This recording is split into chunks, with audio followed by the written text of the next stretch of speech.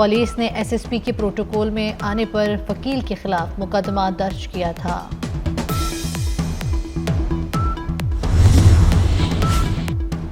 پاکستان کا عالمی اخراج میں سب سے کم حصہ مگر سب سے زیادہ خمیازہ بھگتنا پڑا۔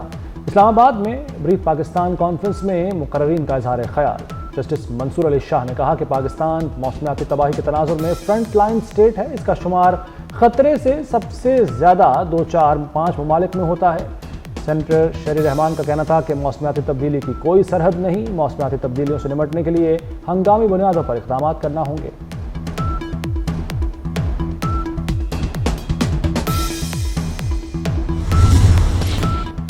مراکش کشتی حادثے میں جاں بحق 4 پاکستانیوں کی میتیں آبائی علاقوں میں منتقل۔ فضا سوگوار، ہر آنکھ اشکبار۔ نماز جنازہ میں بڑی تعداد میں اہل علاقہ کی شرکت۔ جاں بحق ہونے والوں میں حامد شبیر، سجاد علی، قیصر اقبال اور محمد ارسلان خان شامل۔ تعلق شیخوپورہ، منڈی بہاؤدین اور گجرات سے ہے۔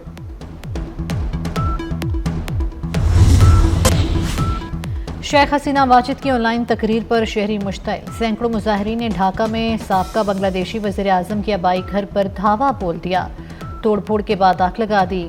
شیخ حسینہ نے تقریر کی تو ان کے خاندانی گھر کو گرا دیں گے۔ مظاہرین کی دھمکی، شیخ حسینہ واجد کو وطن واپس لا کر پھانسی دینے کا مطالبہ۔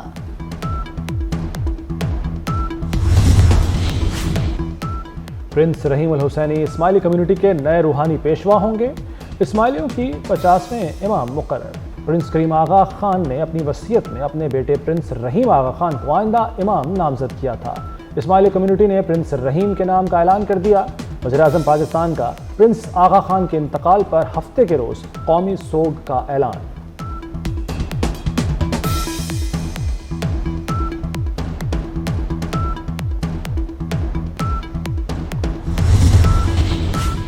امریکی صدر کی ایران کے خلاف پابندیوں کی دھمکی۔ ایرانی صدر مسعود پزشکیان کا اوپیک ممالک کو متحدہ ہونے کا مشورہ۔ کہا اوپیک ارکان متحد ہو کر کام کریں تو امریکہ ان پر پابندی اور دباؤ نہیں ڈال سکے گا۔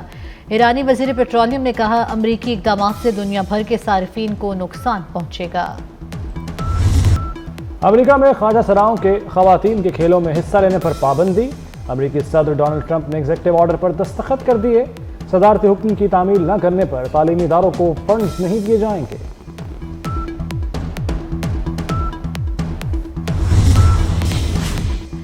لندن کی ٹرین میں ڈاکٹر کے ساتھ نسل پرستی کا واقعہ۔ ٹرین میں بیٹھی خاتون کی مرد مسافر سے بدتمیزی، ویڈیو وائرل۔ لندن پولیس نے واقعے کی تفتیش شروع کر دی۔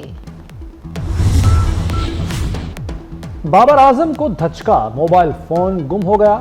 سٹار بلے باز نے سوشل میڈیا پر آگاہ کیا، کہتے ہیں ان کا فون گم ہو گیا ہے، فون ملتے ہی رابطہ کروں گا۔ وادی کاخان اور ناران میں برف باری، سیاحتی مقام شوگران میں پہاڑوں نے برف کی سفید چادر اوڑھ لی۔ بالا کوٹ میں بارش، سردی کی شدت میں اضافہ۔ چکوال، کلر کہار اور اطراف کے علاقوں میں بھی بادل برس پڑے۔ خیبر پختونخوا کے بالائی علاقوں اور گلگت بلتستان میں بارش کی پیش گوئی۔